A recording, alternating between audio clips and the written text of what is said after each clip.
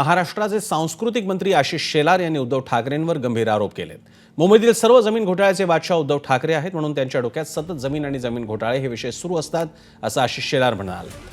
भाजपने गरवारे क्लब इथं आयोजित केलेल्या कार्यशाळेत ते बोलत होते।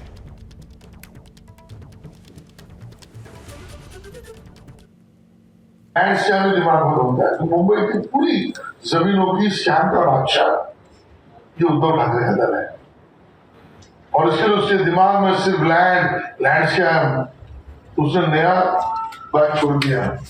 किसी वाले जमीन देंगे मुसलमानों की और बिल्डर को देंगे, अदानी को देंगे, अंबानी को देंगे। अरे मैं तो उसको सवाल पूछता हूँ, 25 साल कॉर्पोरेशन में तुम था, 25 साल में मुंबई शहर की एक एक प्रॉपर्टी की स्क्वायर फीट की कीमत 1-1 लाख रुपए है, 1 स्क्वायर फीट की।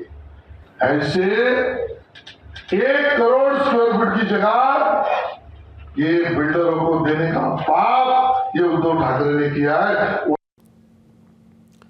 दरम्यान गेली 3 वर्ष उद्धव ठाकरेंना टार्गेट करण्याचं काम सुरू आहे। सत्ताधाऱ्यांना उद्धव ठाकरेंची भीती वाटते, असा दावा, असा आरोप शिवसेना नेत्या किशोरी पेडणेकर यांनी केलाय। शेलार यांनी केलेल्या आरोपांवर ठाकरेंच्या शिवसेनेच्या नेत्या पेडणेकरांनी टीका केली।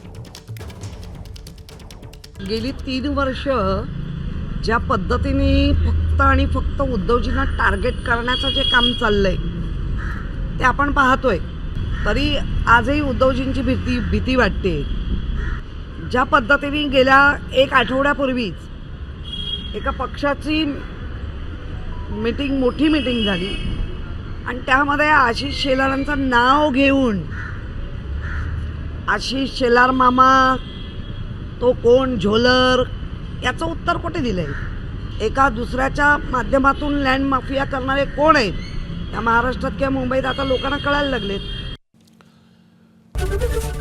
एबीपी माझा, उघडा डोळे बघा नीट।